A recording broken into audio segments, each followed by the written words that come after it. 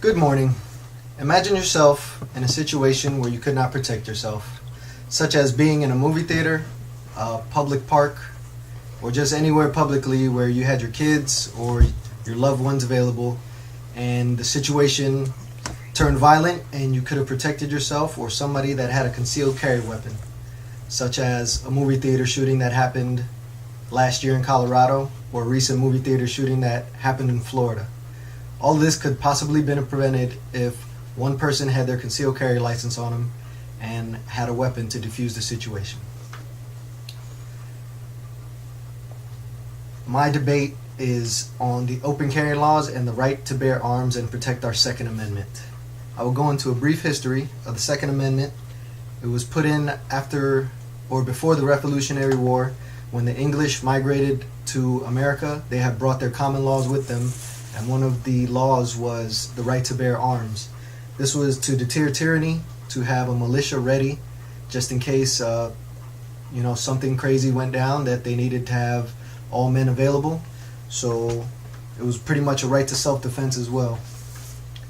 Stated in Gun Control, Restricting Rights and Protecting People by Sandra Alters.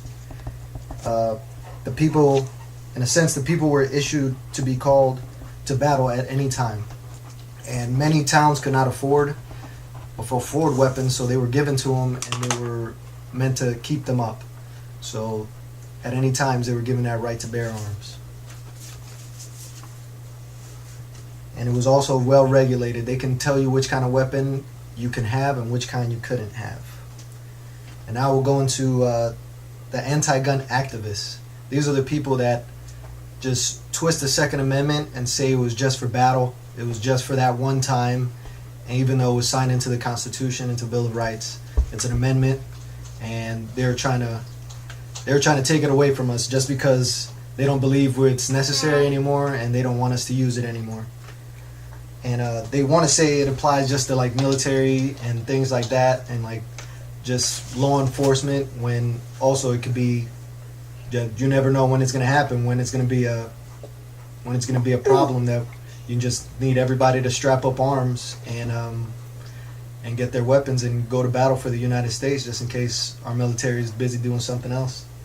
Primarily here, you have an AR-15. This is considered an assault rifle, but technically you're not assaulting anybody with it. It's just a rifle. Anti-gun activists, they try to say semi-auto. Everything in the United States is semi-automatic unless it's owned by some kind of law enforcement or some kind of military. Semi-auto implies that you pull the trigger once and you shoot one round down the barrel. This is the barrel. This is the trigger. So you pull it once, it shoots one bullet.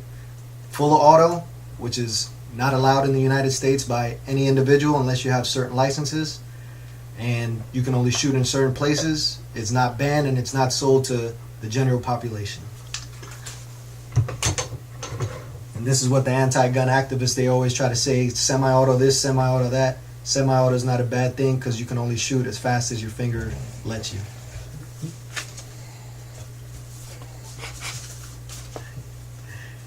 In the Encyclopedia of Gun Control and Gun Rights, Glenn Utter and Robert Spitzer, they state in there that there's a program called AWARE that was started for women, and these are one of the benefits of actually having weapons. AWARE stands for Arming Women Against Rape and Endangerment, Encouraging Firearms. Other programs encourage women to just blow a whistle, which 9 times out of 10 you hear a whistle, you just, hey, is there a party over there, or somebody just blowing a whistle to blow a whistle? They don't encourage that. Or also pepper spray. They don't encourage that either, because you might blind the person, but in turn you might blind yourself or catch the downwind and it'll spray in your own face. So they encourage you using firearms just in case, it's just a more viable situation. And up close and personal, you might not have time to grab your spray.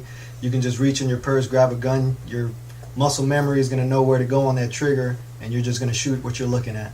So you have a more effective way of protecting yourself.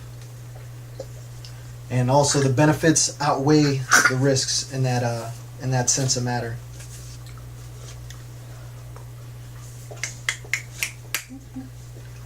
A statement also by John Thune. Research shows and states with concealed carry laws, you enjoy significant lower crime rates and violent crime rates than those that do not. Every year a state has a concealed carry law, the murder rate goes down 3%, rape goes down 2%, and robberies over 2%. So that is even better proof showing you that concealed carry laws do work. And open carry laws probably even work better. Georgia just passed a law this month that it's open carry anywhere except obviously courtrooms and airports, places that are well regulated with those with weapons like that. But you can carry in schools where most schools are gun-free zones and where a lot of violence happens. Just imagine if we had teachers carrying guns and protecting our students. That would be just even better for the United States.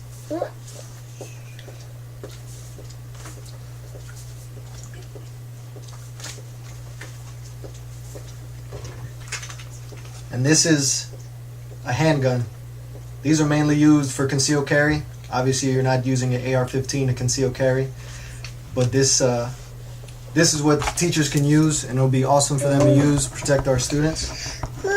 Extremists like to capitalize on tragic events. If they're carrying guns in the open, it'll desensitize America and it'll probably bring less fear. Compared to an AR-15, you're bringing more fear. People just think they're going to go crazy and ballistic with one of those. Carrying a handgun, it's less fear. It's just a handgun. It's only going to do what you tell it to do or what you use it to do. Extremists capitalize on tragic events. Violence will not disappear if our rights are taken away. So this is my argument, and I believe in open carrying. Thank you.